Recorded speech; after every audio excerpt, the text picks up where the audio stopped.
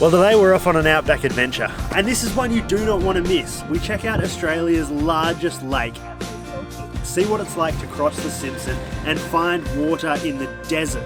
And that's just scratching the surface. If you can read the sign behind me, you'd know it's the Oodnadatta. The Oodnadatta is a remote outback track in South Australia that runs from Maree to Marla and is one of my favourite places in the country. It just has so much nature, history and atmosphere to it. But let's start with the history. Once upon a time, before it got holes in it, this thing would have held water. And this was vitally important because the Old Garden Railway runs through this area. And back in those days, trains were steam powered. Along the track, there are lots of these railway sidings. Some of them are just water fill-ups like this one, while other ones are full-on buildings. But there's so much more to see. So we made it to the Mootonia Sculpture Park, which is hard to miss given there's very little out here. And when you see these two aeroplanes stick up out of the ground, you pretty much want to pull over. So I'm going to whack our sticker on this sticker car bonnet, and then we're going to check out some sculptures.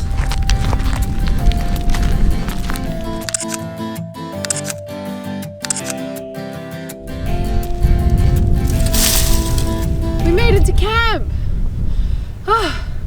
We're at Stewart Creek and it's nice. It's really nice here. There's no flowing water per se to call it a creek, but that's like most things around here.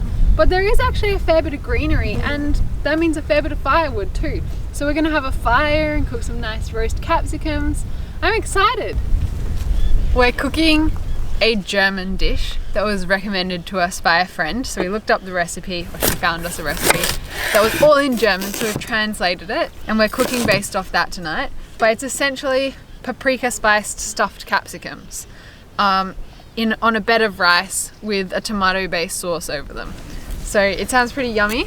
We have had stuffed capsicums before, but apparently this way of cooking them is so much better. So I'm excited to give it a go. Now we make what Google translated to mean the mince mass, which is your mince, half your onion, half a clove of garlic, half an egg, which I know doesn't exist and I'm allergic to eggs, so we use aquafaba, a pinch of salt, a teaspoon of paprika, and then the fun bit, the bread. And you can cut the crusts off if you want, because I don't think they go as mushy and nice, but I opted not to given how scarce food is out in the bush. Or at least gluten-free bread is. And once it's kneaded, then you fill up the capsicums and move on to the sauce. Now I'm no chef and you can find this recipe online, so I'll spare you the step by step. But I will say that if you have a little bit of leftover meat mixture, which we may have done on purpose, then you can form it into tasty little meatballs, which are just delicious in the sauce. And according to Zay, we have to put a meatball in the top of each one. There we go. A meatball over there, and a meatball over there. Ow, it's hot. And I also might just splash in a tiny bit of water because the camp oven tends to get a bit too hot sometimes. And things dry out to burn. And that's how easy it is to have a fantastic meal in the middle of the outback. It's been a long wait watching this cook over the fire and I'm really hungry. Let's start with a meatball. What are you going to start with? Also a meatball. Ooh, and I've got a whole tomato. A bit of sauce, a bit of rice. A bit of everything. Ready?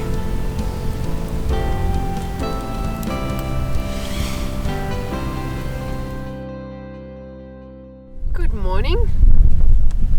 It's a very nice day today and we're just making some coffees and having breakfast around camp before we head on to William Creek and possibly take the track up to Lake Eyre. The creek is properly wet.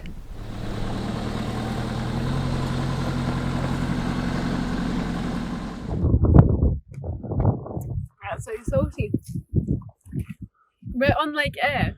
Lake Eyre South, which is the smaller one, but Lake Eyre nonetheless.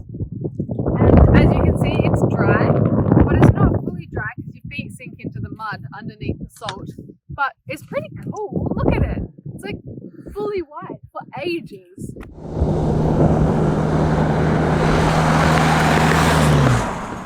Well, this is Blanc Cup, which is one of the mound springs. It's pretty cool. There's a lot more water out here than I expected actually, because I expected none. And we've seen Stewart Creek last night, which had water in it. And now this, which you climb up a ramp up to the top of the mound spring. And then there's this beautiful little oasis at the top. It's not a coincidence that these mound springs are right on the edge of the Oodnadatta Track. They've been vitally important to Aboriginal travel and survival in the region for thousands of years. In the mid-1850s, a man named Benjamin Babbage, son of Charles Babbage, who was known for inventing the computer, saw Aboriginal people travelling hundreds of kilometres through what he thought to be a barren wasteland. So he ventured out into the desert and stumbled upon a mound spring, complete with lush vegetation and flowing water, which old Ben claimed made a very good cup of tea.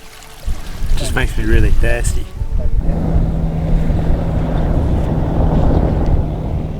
Made it to William Creek. We're in fly country now. William Creek was a great spot to stop for lunch and spend as little on fuel as possible, but we did get a burger and beer at the pub.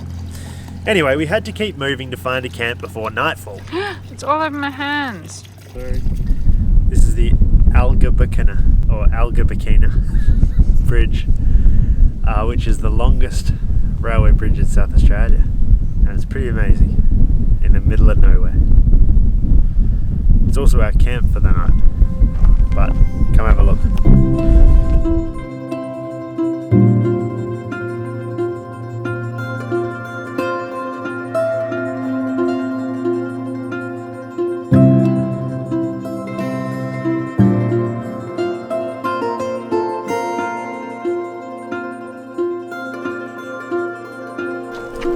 I don't know what to say, this is just amazing. It's a spectacular bridge, it's really big. It's really green and luscious in the middle of the desert. Yeah, that's all I got. It's a beautiful morning on the Oodnadatta Track. I've heated myself up some sausage rolls on the fire, made myself a coffee, and ready to go for a big day. So we're at Oodnadatta of the Oodnadatta Track. It's actually not quite the end. The track keeps going to Marla, but we're going to cut off down to Coopapedy because we really want to see that. But before we go, we've got to see what Oodnadatta has to offer. And one of the things it has to offer is that it's the start of the Simpson Desert crossing. So before people head on to the Simpson Desert, they've got this little practice Simpson Desert crossing to make sure you're ready and to teach you the value of low tyre pressures. So Zave's just letting down the tyres now.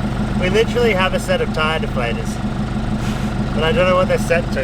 And then we're going to give that a go. It's called the 6x4 because it's got 6 sand hills and 4 clay pans, and I think it takes about 20 minutes.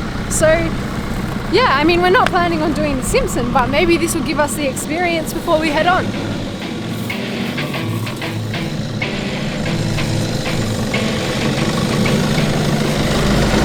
So first sandhill down, and now we're on the first clay pan, which I think gets a bit hairy when it's wet, but it's pretty sunny and dry.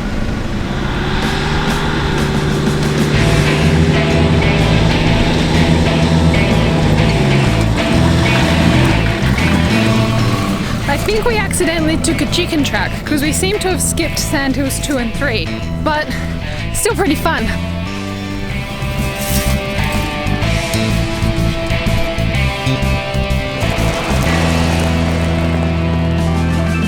Yeah, that was a bit of fun. We did get lost and skip half the track, but you know, it was alright. And now we're going to try to drive to Coopapedy with our tyres on the same pressure as we did the track on.